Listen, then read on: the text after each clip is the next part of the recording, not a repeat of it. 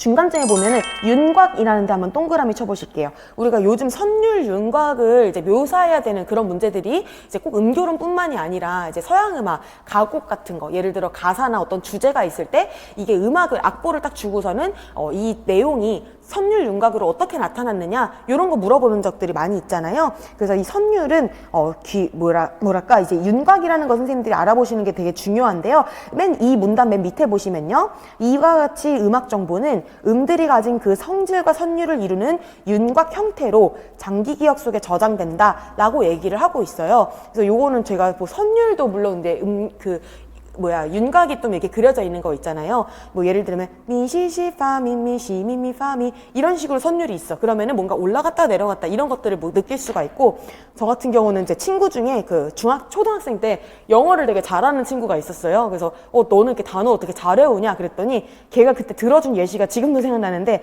SBS가 있어. 그러면은 이렇게 모양 자체로 그냥 외운다는 거예요. 근데 그게 약간 힌트인 것 같아가지고 생각을 했는데, 저도 이게 좀 무슨 말인지 좀 이해가 되실지 모르겠는데, 영어 단어도 그렇고 선율도 그렇고 이렇게 겉에 있는 형태로 이렇게 외우면은 그 안에 있는 스펠링이라든지 구성하는 음들은 조금 그 안에서 세부적으로 그 다음에 조금 한 번 더 외우고 하면은 좀 도움이 되는 것 같더라고요. 그래서 이제 윤곽 형태로 어디에 저장이 되냐? 장기 기억, 여기다가 한번 별표를 쳐보실게요. 그래서 우리가 결국에는 장기 기억으로 갈 때는 이렇게 어떤 윤곽을 가지고 있는 것이 도움이 된다라고 이제 말할 수가 있고요. 그 다음에 지각하고 인지라는 말이 다시 나왔어요. 우리 아까 지각은 어떤 거라고 얘기를 했었냐면요, 우리 아까 지각을 얘기할 때는 의식이다, 그 다음에 인지는 의미 부여다라고 말씀을 드렸었어요. 그래서 같은 단어가 지금 같은 단어에 나오고 있기 때문에 인식, 그 다음에 의미 부여 라는 것들을 이제 같이 적어주시고요. 요거를 설명할 때 스키마를 우리 기초책에서는 뭐라고 얘기했었냐면 도식이라고 얘기를 했었어요. 그래서 이 스키마라는 것이 굉장히 중요한 개념이다. 그러면 이거는 스키마는 뭐냐면요, 여기다 밑줄, 우리 마음에 형성된 음악 지식의 구조다 라는 다음에 밑줄을 쳐봐세요. 그래서 제가 지난주에 이제 보충 수업 때 그 기출문제로도 드렸었고 예시로 들었던 것이 트럼펫 수업을 배웠어, 애들이. 그럼 처음으로 트럼펫 소리를 들은 거야, 학교에서.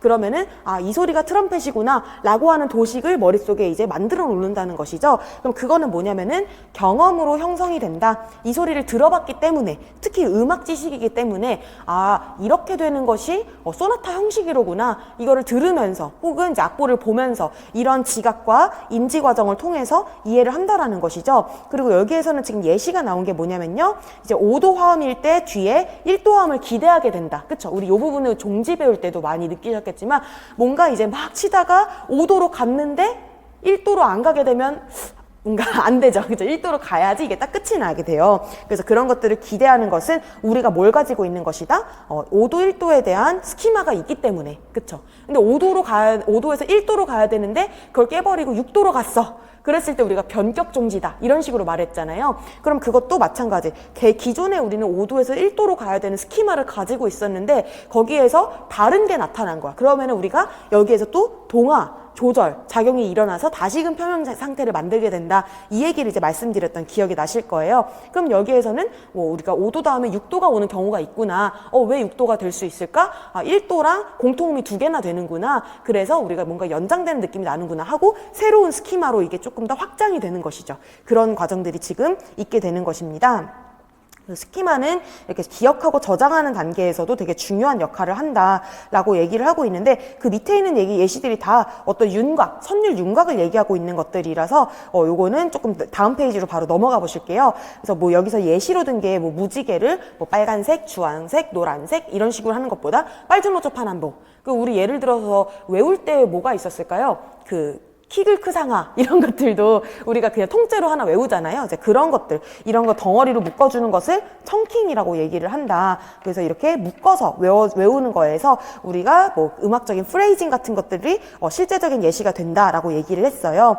자, 그 다음에 이제 이 밑에 있는 얘기도 같은 얘기야. 그래서 새로운 음악적인 정보를 나중에 이제 수용을 할 거 아니에요. 스키마를 한번 만든 다음에 그 다음에는 통합하고 재구성하고 이런 것들은 이제 내가 그 전에 어떻게 스키마를 만들었냐. 그러니까 한마디로 제대로 배웠냐.